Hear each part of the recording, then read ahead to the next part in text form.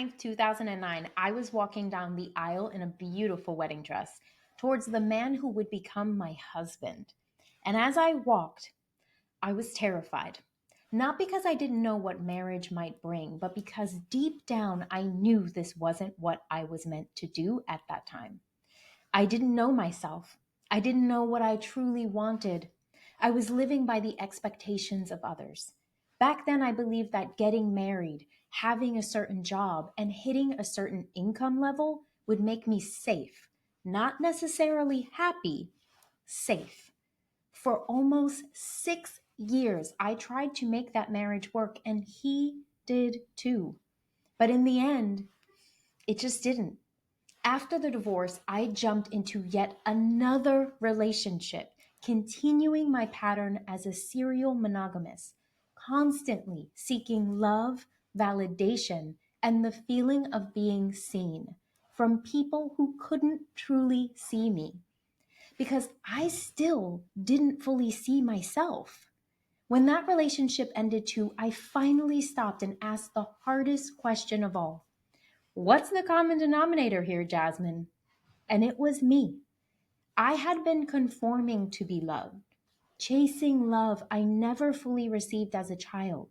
And in that moment, I realized if I was ever going to find true partnership, I needed to look within. That realization set into motion the most transformative journey of my life, reinventing what love meant by finding me, by loving me. And now I know the path to real love starts with self love. In today's Real Raw Reinvented conversation, I sit down with someone I truly, deeply admire, surrender coach Iris Canela.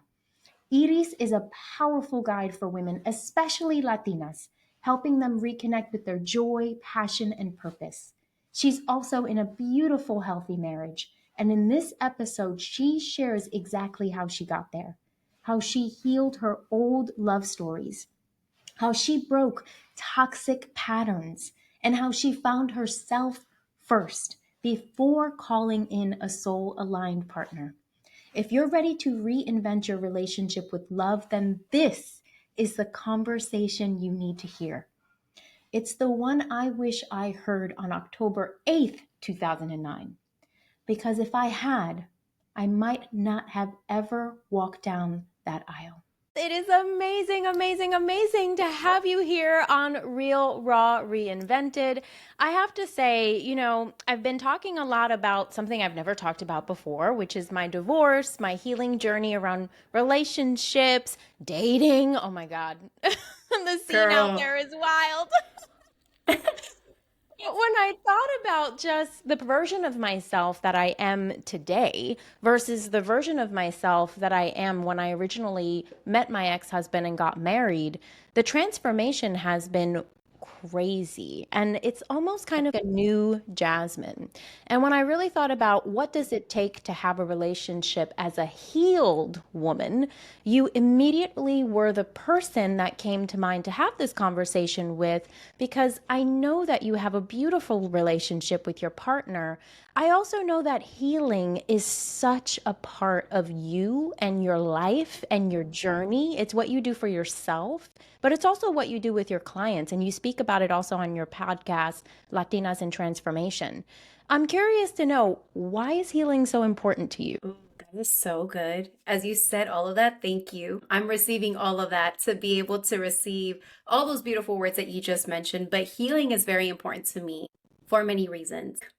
Since I was a little girl, I always had this want and desire to always improve in the best ways possible for myself and for others around me. I always felt that pull, always. It was just, it's me. It's part of why I'm here. It's part of why I show up in the world that I do. And every person that I have encountered has always mentioned that sort of feedback of, you've helped me in some way in my life for the better. And I've always felt like that healer in me has been, it's just part of me. But healing is also important because we're not perfect humans. We all are very imperfect. And I think that is the beautiful thing about each and one of us. And part of the healing is not because we're trying to become perfect, but it's because we're trying to allow ourselves to grow, to evolve. And for a lot of us, it's facing that shadow and the light. And it is very uncomfortable. But healing has evolved in many seasons in my life. And I feel like that's where I'm at right now, where it's like the more that we embrace the healing part of light and darkness, it's what makes part of the human experience. And healing is important in that way because it allows you to transform not just as a human being, but it's that soul contract of ours too. Like I could dive deep in all that stuff, but I Yep. truly do feel like each and one of us has a soul contract here on this earth. And part of mine is healing my own wounds, but also allowing other people to see that it's possible to heal whatever they're assigned to heal. And I think it's really interesting that you talk about the soul contract component of this because I've said to individuals before that I always thought I was running away from something for a large part of my life. I was Mm, conforming to the idea of what safety and security meant to my parents, and it never felt real to me. And it only yeah. was until I really dived deep into healing, into looking at different aspects of myself, as you mentioned, that needed to be really not just looked at, but transformed for myself. And Hmm. even I realized for my generations before me, for my lineage, to change things. It's almost kind of there are certain people within a lineage, and I expect that you are probably that person, who are meant to Hmm. break those cycles, who are meant to become the healer, either of themselves or themselves and to heal others, to help others even break that cycle. Do you consider yourself a cycle breaker, or were there other people before you who were also tapping into their healing? That's such a good question. I think before I would have said that I am the first, but as I've navigated talking to people in my family and asking them questions, they were also cycle breakers without them knowing. Although I am doing a lot more, I feel like, of the weight, each and one of the women in my family has broken some sort of generational curse in their own way. For example, my grandma grew up super poor. She had a dad who was a drunk and she decided to leave. And many people don't do that. And she was like, nah, this isn't the way I want to live. I don't want to have like 10 plus kids like her mom did. I don't want to have a husband who is drunk, abusive, and does all these things. I'm going to change that. And her love story was completely different from her mom's. And she left that place to start a new life with her kids and her new family. And although she didn't know what healing was, she just knew that she needed to break certain cycles. And then when I think about my mom, she also broke a lot of generational cycles where she started learning deeply. Things like this weren't talked about yet, where she was like, I don't really know if I go with that. I want to learn more. Let me take these classes. Let me try to be as educated as possible. And she did that for herself. And she also raised us five kids because she had five kids, which is wild to me sometimes when I think about how young she was. But she broke a lot of cycles with us too, where she allowed us to have more freedom. So I feel each and one of the women or even men in my family that have been here on this earth or have passed have in some ways broken cycles. Yeah. It's beautiful that you mentioned that because you're bringing to mind the fact that maybe we don't talk enough about it. Maybe we don't talk enough about the cycles that we ourselves are breaking with our parents and listen to their stories to understand and see the cycles that they have broken. Perhaps it's Mhm. our mindsets to say like they're stuck in their ways and their mindset, but really they've probably broke a lot of cycles as well and gave us the privilege to, as you mentioned, kind of carry a bigger load, but it's because we have the strength and the foundation to do it Yes, differently because they essentially did it differently as well. I love that. You talked about exactly. your mom, you talked about your grandma, and we're here to talk about relationships. So I'm Hmm. curious to know, for me, I can't say that I saw many healthy relationships in my family. I think there was much more toxicity in my family around relationships and in how men and women related to each other, especially when it came to marriages, affairs outside of marriages, abuse. Yep, yep. You talked a little bit about your grandma. What were some of the things that you felt you had to heal that you might have seen or picked up in relation to relationships? What were some of the things you really Mm, felt you needed to dig into and almost yeah. break before you could have the relationship that you have today? Oh, that's such a good one. The more and more I get to know about relationships, because I too also did not grow up with a lot of examples of a healthy relationship. Yes, my grandmother was married with my grandfather for a really long time. And yeah, she was happy. There were moments, but there are also things that maybe that wasn't the most healthiest. It Yeah. was better than what she knew, though, right? But growing up, especially with parents who got a divorce as well, my parents divorced when I was 16. And to be quite honest with you, too, Jasmine, like this is a part of the story that I haven't really shared with a lot of people. But, my parents, when they met, I mean, my mom was head over heels for my dad, loved my dad. But I can't necessarily say that my dad felt exactly the same way. But they got married, because that's what they did in that generation and time where it's Mhm. like you're young, you get married, you meet at church, it just flows. But my dad wasn't the most affectionate either. And I think it's very interesting because although my parents, I would say, had a really great dynamic as friends, but not as partnership, I saw my mom always fighting for the relationship because that's what I was Mhm. told that relationship was all about. You fight till the very end. You have to make it work. You, as the woman, have to show up no matter what, even if the man resists. Like, you gotta go forward. And same with my grandma, right? Like, oh, but that's just part of the relationship. Like, you have to go in there, serve your husband, and do whatever it says because that's what marriage is all about. And it's a lot of self sacrifice. So I saw a lot of that, and my dad being this, macho man, great provider, not very emotional either. He did his part as a man, and that was acceptable. That's most of the men in my family who want to be served and expect all of these things. But like you said, behind doors, like they either didn't treat their women with full on respect, they were, cheating, doing all the things that they shouldn't be. But that was normalized in some weird Yeah. way because Yep. it's okay for the man to do that. But for a woman, hush, hush, mujer, like you have to just take it because that is your husband. It does not matter. So I grew up with a lot of that and also realizing at a very young age that this is not normal. I don't like this form of love. And I think that my biggest awakening was when I was 6 years old when I saw my parents actually have a really big fight.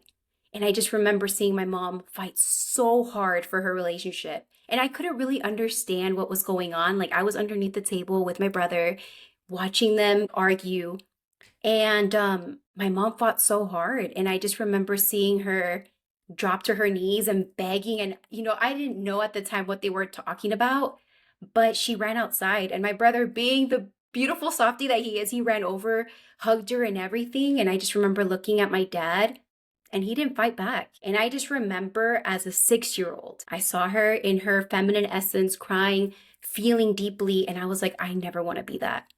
And sure enough, I took that very deep. And so I was like, I'm never going to let that be part of my relationship story because I will never let a man see me in that vulnerable state. And I really had to redefine love for myself. The way was redefining love back in that season was let me watch a movie. So, like, Disney was my guide to what love should look like and feel like. Especially because even when my mom would watch novelas and it was passionate and sexy and loving, right? All these different things, I was like, So many oh big my, emotions in novelas. yeah, I was like, that has to be love, right? Like it has to be because my dad Mhm. is the complete opposite of that. So I really normalized that. I thought, okay, this has to be it. And I also was like, let me be the love that my mom needs. Like I put that responsibility a lot on me too, because I was like, if my dad isn't showing up this way, why not be love? And my mom feels love, and my mom's a good example of love. So let me take what I see from her, the positive things, and integrate that for my life. Like I was Yeah. trying to grab information from here, grab information from there. But that was a lot of my early development when I was really defining what love was for me back then. And with Yeah, my it sounds like you were using external things to piece together hmm your own definition of what love meant to you. And I'm really curious yeah, to know in your early relationships, it sounds very much like your mom was the self-sacrificing person. yeah. Did you repeat any of those patterns, even though you were piecing different things from different spaces and really trying to define love for yourself? Did you ever catch yourself repeating some of those patterns that your mom might have had in early relationships, even though you were aware of the fact that you didn't want that to be you? Girl, yes. And it's crazy that you mentioned that because younger version of Edie's would have been like, there's no way. I did not repeat any of my mom's, cycles because for the longest time ever, I will say that I operated in my masculine energy when it came to relationships. So I first started off dating, I was like, I showed up very masculine, very strong. I was like, I'm not going to show my emotions. And I think Mm-hmm. that I kind of adapted both patterns without Yeah. really realizing it. But my dad's patterns seemed a little bit more clear when I first started dating, where, these guys would come in, they would treat me really nice. But I was like, nah, we're not having this. I am very cautious just because I don't know what your true intentions are. But I realized that as I got older, and I would say around maybe in my mid 20s, I started realizing that I was a little bit more like my mom, more than what I thought I was. At first, I would say like a lot of my relationships were more soft men who came in who really wanted to be there for me. And I was just like, no way. Like, I'm so afraid of that love that I got to Yeah. stand back because I don't know what your intentions are. And as I grew older and I started seeing certain men coming through my life, I didn't realize that a lot of these men shared very similar traits to what my dad had. And I went into fixer mode. I wanted to be savior. I wanted to fix these guys. Back then, I didn't know that, but I was naturally attracted because of the charisma, all these Yes. similarities that I saw that I was like, oh my The gosh, like, big personality, the bravado, the masculinity. Yes. yeah. So I was like, wow, this is different. But I also noticed that my essence changed with that. I was no longer in Mhm. fight mode or trying to be distant, but I was more of, how can I cater to you? Like, let me be the person that you need. And I think that also happened because at some point, I became a little desperate for love. I wanted love so freaking badly in my mid 20s when I started getting desperate, when I started seeing my friends in these beautiful relationships. And I'm like, oh my gosh, like I've had long term relationships, but why hasn't anything lasted? Like I've been the girl who's been distant and now I want to be more feminine, but because I'm being so feminine and catering and self-sacrificing and I want to fix you and I want to help you and be your savior, that also isn't helping me. So I noticed different patterns in that showing up as well. And I did notice at one point where I broke down with like my mom did at some point where I also begged a guy to stay with me. And I told myself that I was never gonna do that. Yep. Ever. And that was a big awakening for me because I had not realized how similar I was becoming to my mom when I had told myself for the longest time ever that I wasn't going to do that. So, Wow. That yeah. sounds to me like you started out in protective mode, which was the attitude of your dad. So, exemplifying your Hmm. dad, having that kind of bravado up or that barrier up. But then you Yeah. decided, okay, I want this. So, I'm going to put the barrier down. But then that's when you emulated so many of the qualities of your mother. Hmm. And a Now, lot how of us, you we don't realize that. 100%. You also touched on something really interesting where you said looking for love. When you were looking for love, when your friends were having these relationships, were you seeking the love externally or were you turning that inward and thinking about what does love mean to me? What do I want? Did you go back to those Oof. exercises? What did you do there? Those are, Because for me, it was a lot of external seeking of love without first internally processing love for myself. What does that even mean to me? What does love mean to me? I went for the external really quickly because I just wanted the love. What did that look like yeah, for you when you were seeking it? that is so good. It was all external. And I think back in the day, like I think about back in when I was in my mid 20s, people weren't talking about relationships in the ways No. that we do now. That was not a common conversation. If I sat down with my girlfriends and we had a drink, coffee, whatever it was, we would talk about like being like, girl, it's okay, just fight. Or if it's they're being hard or whatever, you just gotta soften. You gotta do whatever it takes. You gotta play a little bit hard to Yeah. get. those were the tips and tricks that people were giving me back then. That honestly, when I look back, I'm like, oh my gosh, no wonder I was constantly chasing, because a lot of that advice was to chase. It's like, go after the dude, go become whatever it is and mold that this person Yep. expects you to be. So a lot of that was an external chase.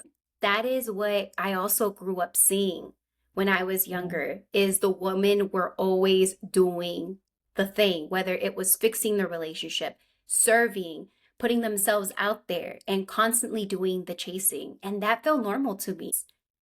By doing all of those external chases, it actually caused me more damage than it supported me or helped me.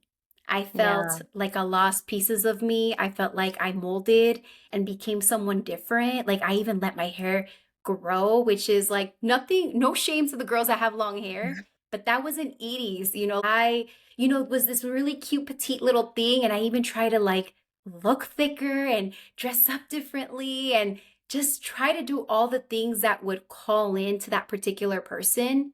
And it always felt like I was never enough. And that Yeah. narrative became so strong at some point that I was like, no, something has to change. But that didn't come until, like, I would say back in 2020. 2020 was a big eye opener for me when I realized that, man, this particular relationship that I was in was no longer the best for me. It's it's hard because I Yeah. think that we all are seeking love. We all want that love. And what really is resonating with me is what you're talking about in terms of changing yourself, even changing your external to try to attract a man based off of what other people or what society expectations tell Yeah. you that is. So, I am also a short haired girl, and I cannot tell you how many people have told me directly that the reason why I'm single is because I have short hair, and men Girl, do not I've like heard that short too. hair. Yes. Mm-hmm. And so I've even had people tell me, you should get a wig, buy a wig, go out with a wig, and I bet you more men are going to be attracted to you. And then I said, well, Mm-hmm. what happens later in the evening when I take the wig off? Like, does the attraction Exactly. just go away? Like, it's all these 100%. hooks to try to get people in, and Yeah. it's false. It's not real. And I want to go Mm-hmm. back to that conversation of self-love, because when you love yourself and you accept yourself, no matter what other people say, it doesn't matter. You accept who you are, and you know that your person is going to love and accept who you are fully. But how do you Mm-hmm. get to that place though when you are like you and I was very similar to you, desperate to have the love. You see other people having the love. You want that love, and you really want to ground yourself and know I am perfect. I am worthy. I am good as I am. How did you do that? How did you get to the point where you cut your hair again, where you were your petite self, where you were doing your healing, where you were just owning you and having the Yeah. knowledge that that was what was going to be what would attract your partner? Oh, girl, believe it or not, it was back in 2019. A lot of it dove deeper in 2020 when I decided to leave a relationship that I was with for a long time, thinking that that person was going to be my person, the one that I was going to marry. We had this like huge disagreement.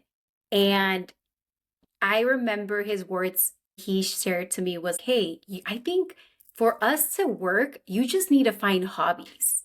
And I was like, find a hobby? Like, what do you mean? Right? I just want to be with you. And he was like, no, you got to find hobbies, girl. I like to be by myself. Learn to be on your own. And I Yeah. remember at first taking off guard, like, I was like, Yeah. dude, what the heck? Why are you talking to me this way? And I remember walking out of that conversation being like, I need to go. And I walked, I went to a Starbucks, I sat with what the words, and it felt so uncomfortable, like Yeah. to the core, where I was like, no one's ever spoken to me that way. ¿Quién se cree? Who does he think he is to talk to me and say that I need to have hobbies and to be comfortable with myself? And I kid you not, Jasmine, I got on there, and that's when I discovered Jay Shetty. And I kid you not, that episode was in regards to relationship and being okay with solitude. It was Yeah. like the perfect Wow. timing. And I remember sitting there listening to that podcast episode at a Starbucks. and being like, oh my gosh, I don't know how to be by myself. I don't even know who I am Wow. without him. And that really hit me hard. And that's when I started finding hobbies, which was Yeah. through in the form of podcasts, journaling, walking more, going out with my friends more. But at first, I was just like, hobbies, I need to know how to be by myself. How do I do that? And I was still with him and whatnot. And I remember taking that piece of advice very seriously and being able to give myself the chance of being like, what does that mean though? What does it mean to be by myself? What does it mean to actually have hobbies for Edie's? And so the Yeah. more I discovered that, I was like, all right, I'm going to start little things like journaling. Because, Jay Shetty told me to journal and meditate more. So I just allowed myself to go into that immersive experience of getting to know myself. And it was such an uncomfortable journey at first because obviously I was so in love with this person that I was like, I just want to be with you and hang out with you. And I thought that Yeah. love was being together and this and that. And that uncomfortability felt really weird and off and icky because then my friends would sometimes be like, girl, why aren't you hanging out with him? Or, people always have comments to say, but I had to really hone down with that and be like, oh, well, it's okay because I'm learning to love me. I'm embracing my Yeah. individuality. And for the first time, really, that was kind of hard to even say that aloud, that was actually one of the very first times that I was building a relationship with myself. And the more and more that I started being honest with myself, I started realizing something different channeling within me. And it's really crazy because when I look back at that version of me, I have to say that I'm smiling right now because that was a lot of heavy work that I did that didn't feel comfortable, but I stayed committed to myself because at the end of the day, Mhm. love is commitment. And love isn't commitment just to the partner, but to yourself. How much do you love you? And I really had to remind myself that, like, Edie, how much do you love yourself? Are you enough without this person? And of course, we want this person in our lives, but how much do they truly complement to your life? For the first time ever, I got to redefine all of that for me. And the more and more that I practiced that to be in solitude, to be on my own, my energy looked very different. And my partner saw that. He saw that I was becoming more confident, more courageous. And even in ways that he spoke to me once before, I was like, I'm not letting you talk Absolutely like not. that I'm to gonna me tell no you about more. yourself. Yes, exactly. And I started seeing that strength come out more and more. And he noticed it too, which threw him off. Because he was like, Yeah. oh, wait, hold up. Well, we Like, don't want you having hobbies anymore. yeah, I You're think this done with the is hobbies. exactly, girl. No, it did. And he was just like, oh my gosh, right? Because my essence started becoming so different. And it started even becoming magnetic. And it Yeah. was it was very interesting because even other people would notice and be like, oh wow, like something changed in you, but you look at you, girl, whatever it is, you keep going. So I did. And I Yeah. started speaking up for myself more with what I wanted in that relationship. I was like, you don't talk to me like that anymore. And this is what I want. I started honing into that, but also doing it from a loving place where I was like, you know what? I'm only speaking up because I love myself that much. I Yeah. want better. I want more. And then when 2020 rolled in, after going to a Yosemite trip with, friends and with this person, we both knew that we were no longer in alignment anymore. And it was crazy. We were eating sandwiches. We looked at each other and we're like, this just ain't it, isn't it? And we're like, nope, this isn't it Yeah. anymore. And we departed. And honestly, I would have been so heartbroken before. But when we decided to break it off, I was in so much peace Yeah, because you weren't even the to, same person. I wasn't the same person anymore. I was even able to spot the red flags where I was like, girl, thank goodness you allowed yourself to walk away from that because they wouldn't have shown you the love that you really needed and Yeah. deserved. Wow. We have to say thank you to this lovely man who kickstarted, a comment that a lot of people would have been like, giving him the side eye. Actually was exactly what you needed to hear to kickstart your own transformational journey. And it makes so much sense. You said something Yeah. that really hit me. One of the reasons why, and one, there were many different reasons why my marriage didn't work out. But one of the major reasons why, and I take ownership of that, was I didn't know who I was. I didn't know what I Hmm. wanted. I didn't even know what I wanted to do. And I was living a life that didn't feel authentic to me, but I didn't even know what authenticity meant. And it felt in that Exactly. relationship like I wasn't the version of me that I wanted to be, but I hadn't yet even given myself the opportunity to explore, well, what is that version? And it feels so much now today that partnership means knowing yourself first and Hmm. understanding based off of who you are, who's the best complement to you, not just even based off of who you are, but what are your values? What are the core things that are important to you? And also, where do you see your life tracking towards? And that will always change and evolve, but knowing that someone's on the same mission as you and is capable of evolving with you when the change happens. Now, Yes.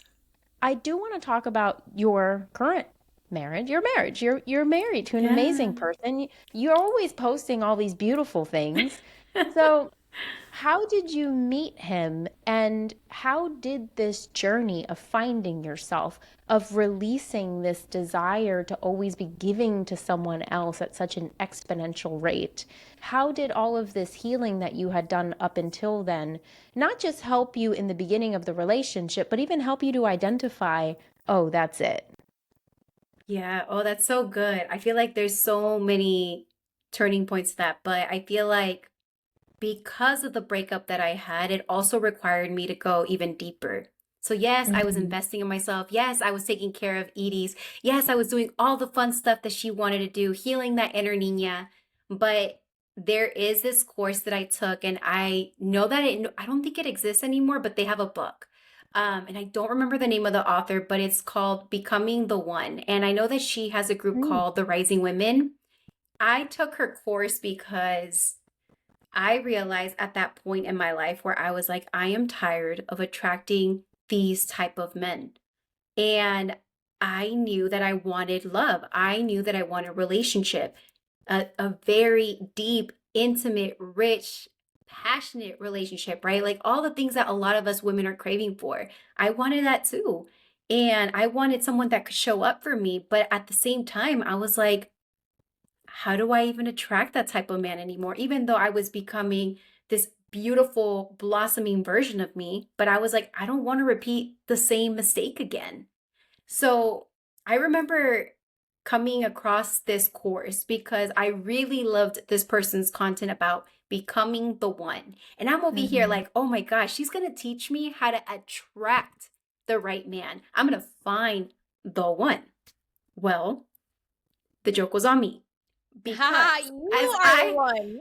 because you are the one. Exactly. The Yes. joke was on me because I purchased her course. I did it. It was my first digital course ever that I did. And it was such a good, deep course where it really required you to be not just honest on this surface level, but it was like on this very soul, like deep, raw version of you where you had to learn how to identify patterns from past relationships. And that's when I had this awakening of, oh my gosh, all this time I thought I wasn't attracting people like my dad, but I was.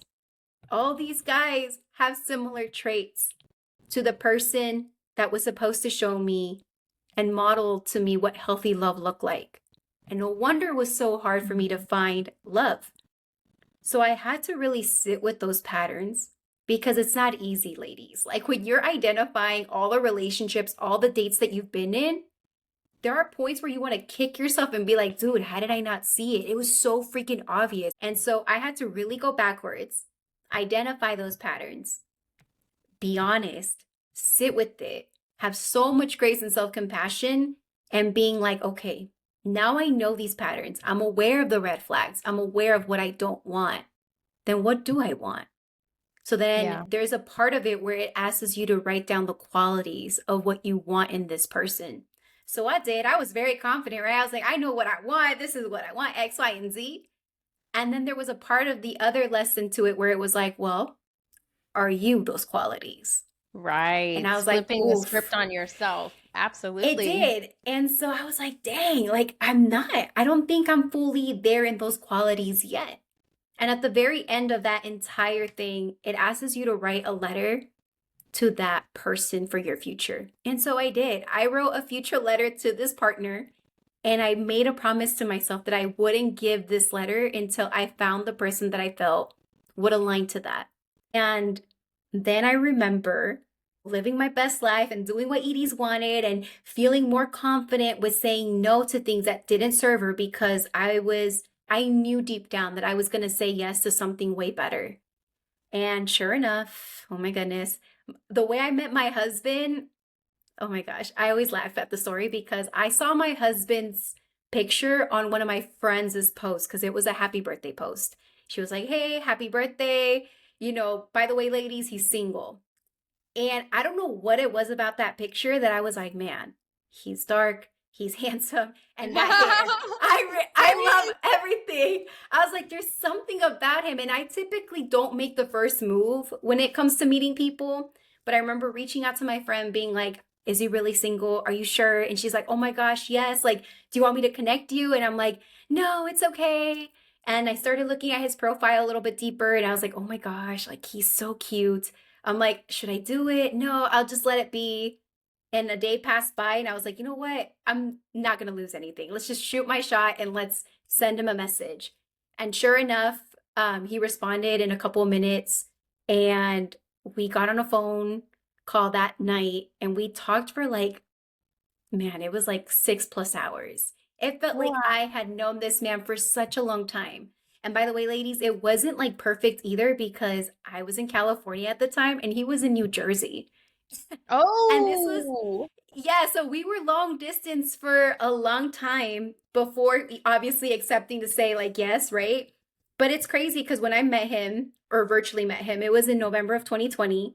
We got on that phone call, we started talking to each other. But on New Year's of 2021, he was just like, you're such a great girl, but because of the distance, I don't think it's going to work. And Yeah. for a while, I had to sit with that because I was like, oh my gosh, I really like this dude. And I had to grieve that for a little bit. But I was just like, if it's going to work out, it's going to work out. And I trust that God, universe has something amazing planned out for me. So I continue to live my life. And 8 months later, my husband shoots me a DM saying, like, hey, I'm in California.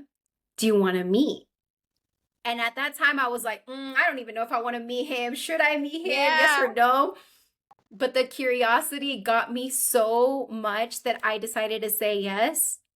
And thanks to that yes, we started dating and then we got married. But before we even got married, we both sat down and we set intentions like on that first date when we met in California, where we were like, what are your intentions? What do you desire? What are your values? Like, we were so upfront with Mm. what we wanted, but we also had fun. It wasn't anything that we were like, you've got to be the one or this and that. We just let things flow the way they needed to, but we had to be honest with what we wanted. And that seemed to work for us. And so when he finally asked me to be his girlfriend and whatnot, um, I remember being like, before I say yes to being your girlfriend, I have something for you. And I gave him the letter. And I was like, I want you to read the letter. This represents me with who I am today. If you can go ahead with these conditions of what I want in a partnership, who I am as a person, and you want to proceed, we can be in a relationship. But if you don't agree to any of these things, it's okay. So I let him read the letter off on his own. I did my thing. And we came together and he was like, I read your letter. And I really thought he was going to say no, that we did not align. But he gave me a letter back. And he shared all of the things that he wanted in a relationship, even deeper. And that's when we both decided to just make it work. And it did. It worked. And It's obviously relationships are not easy. We've had our ups and downs and we've worked so hard to be together, but I am so grateful for it because of our honesty, our intentions with how he leads in relationship, with how I lead sometimes, and how we work together and how we complement each other. That's what's allowed us to work because we're both from different journeys too, but it's the willingness to wanting to make it work. I think it's beautiful that it almost comes full circle because Yeah. you said, you work at it, but he also works at it. And so you said in Yes. the very beginning that one of the things that you saw with your parents was your mom was working at it, but your dad wasn't giving the same level of energy back. There was that Yeah. self-sacrificing but not receiving it, that desire to make it work, to work at it back. And now you're in a Mm-hmm. relationship where you're both working at it. You're both giving it your Correct. all. And that's a beautiful way to break the cycle and to completely stop it dead in its tracks. I love also, I'm taking notes for myself. One of the things that you were talking about was the self love piece, knowing yourself, knowing truly who you are. There's almost this also self acceptance, like accepting that what you desire is okay. Because I think that for me in particular, I never wanted to have children. And that was just something that I never wanted, ever. And in every single relationship, I tried to want it, if that makes Yeah. sense. Like I tried so hard because that's what they wanted or potentially what they wanted. And that's what I thought I should want. And now it's just a level of acceptance of, well, you're just who you are. You can want whatever you want. And so there's that knowing yourself, but also accepting yourself. And I also love how you talked about that's one part of it. You have to know yourself, but you also need to know what are those triggers that you need to dig into. Yours was the self sacrifice, the always doing for someone else, the putting someone else above yourself. And once you get through that healing, though, then you might be able to start looking at, okay, who's that other person that I want? But then you flip that right back on you. Yeah. It's all 100%. a you journey. It really is a you journey. It's like I need to know my Yes. triggers. I need to know what I need to work on. I need to understand who I am. I need to understand what I want. I need to understand my goals. And then when I desire a person and when I'm creating that list of what I want from this individual, I then need to go back to myself and say, well, am I putting that out there in the world too? Am I matching that energy? So that's absolutely beautiful. Now, I want to ask you a Thank you. question. For someone like myself who is, dating with the intention of finding husband number two, uh, but a very loving, beautiful, honoring partnership with someone like you and your partner who work at it together. What are some tips that you would give to someone who is on their healing journey, who is understanding what some of their triggers are, who is working on that, but maybe still feels like, damn, why is it not coming? Oh, that was so good. Well, I really want you to just go ahead and take the time to honor your feelings. One, because it's real. A lot of us who want this relationship to be here already, we want that love so bad. And I think wanting something like that is not a bad thing. I think that's a beautiful thing. That's a human thing. And so allow yourself to sit with that. Allow yourself to think of it this way. You are building quality love, not quantity love. And that is so Mm, important because quality love, it takes time. It yeah, requires a lot of nurturing. It requires a lot of knowing self and knowing what it is that you truly want. The loneliness is not fun. It can be really, really hard, but allow yourself to be reminded that you are going to be able to receive a quality love because you're allowing yourself to be able to just work through the things that you need to. And just remember too that when your partnership does come, there will still be work. They are not going to be yeah, perfect. But that is why you're being built right now to be able to receive that, to have that strength, to have that strong foundation for yourself where you're like, I know who I am. I know what I bring to the table. I know my value. I know how to ask for the things that I want. for even when that person does come through, right? Because at the end of the day, you guys are going to complement each other. That is going to become more quality. And I think that in your moment of singleness, where you're getting to learn more about yourself and you're getting to know what it is that you truly want, see it as a gift. The moment that Mm-hmm. you switch the perspective of it's a gift, it is going to be a game changer. And allowing yourself to remember that it is coming. Your time is coming. The person is coming. They're also being prepared for you. Like, how beautiful is that? That they are being prepared for you. I know for a lot of us, especially if you're a woman of color, you hear the whole your clock is ticking, like, your train is gone, or like the train is gone. Like, are you ever gonna find a man? Yes, we will. We will find our man, our quality man, the man that is gonna come in and complement my life, that is going to add value to my life. When you say things like that, you walk differently. You Yeah. walk with this feeling of like, that's right. Why am I not going to stay hopeful? Like, I'm going to trust and know that God, universe, has something so amazing planned for me. And that person that's coming, he's being prepared for me, because shoot, he better handle all of this stuff and be able to do Yes. all of the things that I hope to desire to have with this partnership, right? I feel like when you embrace that wholeness of like the light, the dark, the heavy, the light, and you allow that person to see all of that, I don't know about you, but that's a rich love right there. That's a beautiful love. That's a Absolutely. sustainable Absolutely. love. Absolutely. So, And I love how you said he's also being prepared for you. I think that's something really beautiful. So, in the moments of sitting with myself and sitting with the feelings of, I want my partner. He's not here yet. He must be lost in the FedEx, but that's okay. And, sitting with that, I always come back to that space of, I am working on myself and elevating myself such that the partner that I am going to attract is just naturally going to be elevated. But it's my correct. choice to make sure that that's the case. And so I say Yes. that because I recently went on a date and I realized I'm not there yet. I'm not ready yet, because some of those patterns came back up. Some of those patterns of being agreeable or just kind of saying like, "Oh yeah, that's okay."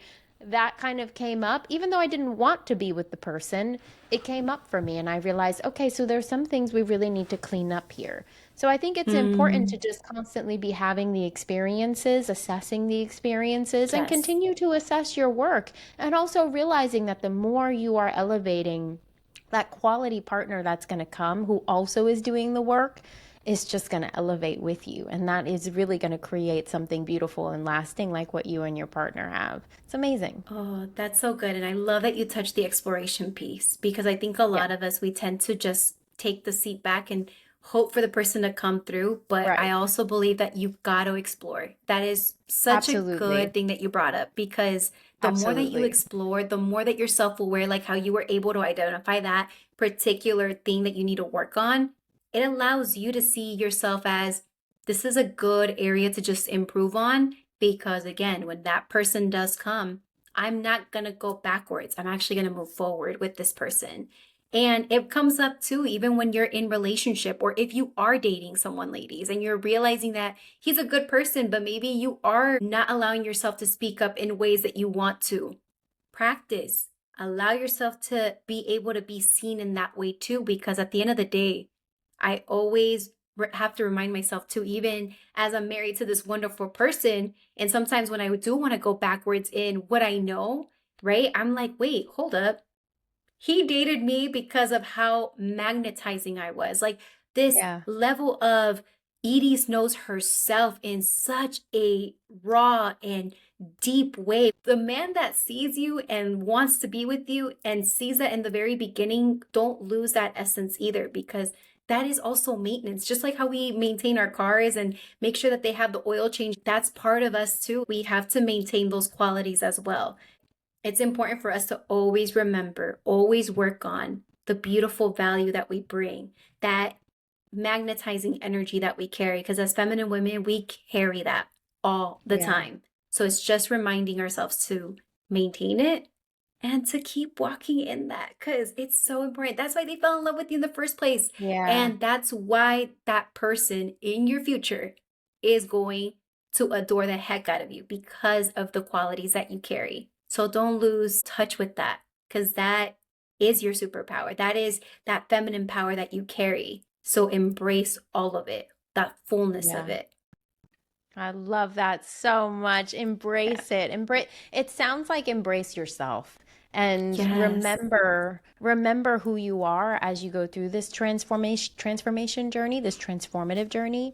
Always remember the version of yourself that feels the most empowered because I find myself also very often slipping back into old habits. I'll wake up in the morning Hmm. and be like, I am the new me. And by 2 o'clock, I'm like, I don't even know who the new me is, you know? So it happens. We are always Yeah. slipping back into old patterns. I think that is the global fight, the global struggle is Yes. holding the empowerment that we obtain from healing and transformation because it just is very comfortable to go back. But I love what you're saying of the reason why they fall in love with you is because of the healing. It is because of the transformation. It is because of the journey you take yourself through. So always remember that that is where the love comes from, the healing. Yes. Yeah, 100%. that's beautiful. Oh So my beautifully gosh. said. So I love this so much. So, where are you in your healing journey? And tell us a little bit about how you help others heal and anything that cool that you have going on now that we really need to know about. Oh, that is so good. Oh my gosh. If I'm really honest with where I'm at in my healing journey right now is reconnecting to that self-trust. Because at some Yeah. point for myself, I'm like, I have carried new identities now into this role of becoming a wife and a coach and all these things, right? Which is beautiful. And being the eldest daughter, for all my eldest daughters out there, we always want to Yep. just perfect, perfect, perfect. But it's allowing to let go more of the perfectionism and to trust the messiness even within myself. And that Yeah. has been a huge part of my healing journey right now because I feel like I've always wanted to be perfect or be that perfect wife, be the perfect everything. And it's exhausting. It's exhausting It to be is. perfect. And there's no such thing. But it's reminding myself, like, you know what? But I got to trust myself even when things are messy. I'm really learning to embrace that because I know that there's so much that's going to be uncovered there that I'm already uncovering that I'm like, wow, Yeah. like this is another level to my healing journey, the layer to my onion, as you know, they say in Shrek. Yeah. But Yeah. I feel like that's where I'm at right now. And what do I do? So I am a joyful surrender coach. I'm currently helping women of color and Latinas in their surrendering process, but to be able to do that with more grace, with more ease, and with more joy. Mm. Because I know for so many of us, surrender is scary. For a lot of us, Yeah. we haven't really allowed ourselves to embrace what surrendering truly means to us because I know the world has multiple definitions for it. But this is where I help women like you, like your audience, where it allows you to just redefine what surrendering means to you, what you need to release, how to trust yourself more. But it's to just be able to embrace and live the life that you truly want.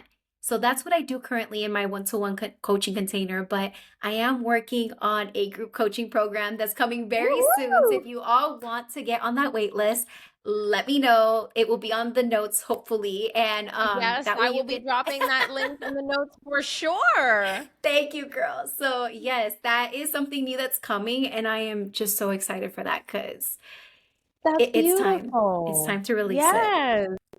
Well, I have to say, you talked about your healing journey, and what I see watching you on a daily basis on Instagram, I love watching your stories. What I love about where you are in your journey is that you are embracing rest and Oh, relaxation yes. and breaking of the hustle cycle and the hustle culture. And that's something that has been a Mm, lifelong thing for me is I grew up in the hustle, I grew up in the grind, And oftentimes, I think that we have to sacrifice our own time, our own Yeah. energy, our own well being in order to obtain the success that we desire. And what I see of your transformation is this embracing of it doesn't have to be that way, and actually rest, joy, fun, play. I always feel like you just embody the sense of joy and play for me. And I Mm. see that within you every single day when you show up is you are showing what it is like to go through a transformation journey with a sense of joy and play leading the way and rest. And so I absolutely love that for you. And you really do embody that. Transformation doesn't have to be so heavy and so hard. Your healing can actually be fun, playful, joyful, and surrender as well doesn't have to be so hard. It can be surrendering to the greatness instead of surrendering to something that doesn't seem comfortable to you. So Oh, I thank feel like you. that's what you are teaching me on a day to day basis: more joy, more play, more fun, more rest. Oh, girl, thank you. See, I didn't pick that up for myself. So thank you for sharing that. I receive all of it because, girl, let Good. me tell you, that's also been a whole entire process. And I feel like that's where the Absolutely. self-trust and that messiness comes into play because it's true for so many of us women, rest just doesn't seem like it's a choice. And how do you even become successful if you prioritize rest? Because I know for sure for me that didn't feel normal. And that's something that I'm Yeah. still learning on how to embrace. But it's so amazing to hear how you're like, wow, I see you doing this and you're embodying that so much. And I thank you for that because sometimes I'm in the midst of it and I'm like, am I doing enough for myself? But that Yeah. felt so good. And it just shows again, like sometimes we're our hardest critics, right? But thank you Yeah. for giving me that insight because I'm like, wow, that's You're amazing. doing Like it. You're I am doing doing it. it. Yes.